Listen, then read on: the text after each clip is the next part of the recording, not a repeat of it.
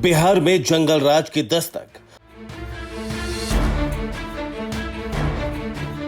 अस्पताल में गोलियों से भूना। पटना में मर्डर से फैली सनसनी।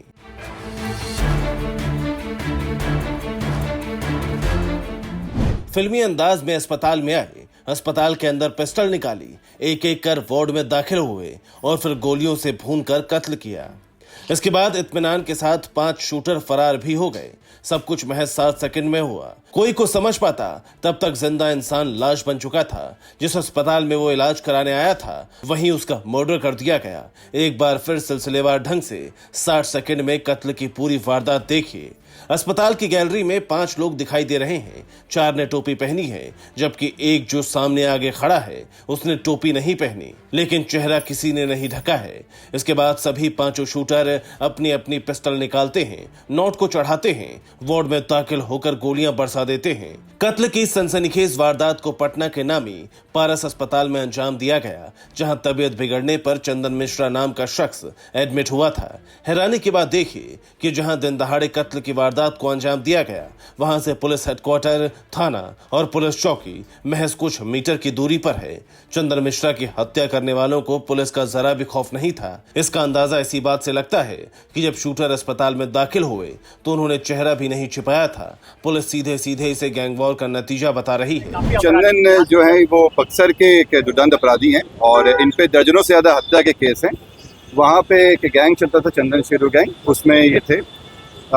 इसमें जो देखने से प्रतीत हो रहा है कि उस गैंग वॉर की इसमें ये हत्या हुई है। अस्पताल में जिस चंदन मिश्रा की ताबड़तोड़ गोलियां बरसाकर हत्या की गई, उसका भी क्रिमिनल बैकग्राउंड रहा है, जिस पर दर्जन भर से ज्यादा तो हत्या के ही मामले दर्ज हैं। अस्पताल में भी उसकी सुरक्षा में कई लोग लगे थे। बीते करीब 1 दशक से चंदन मिश्रा बेऊर जेल में बंद था।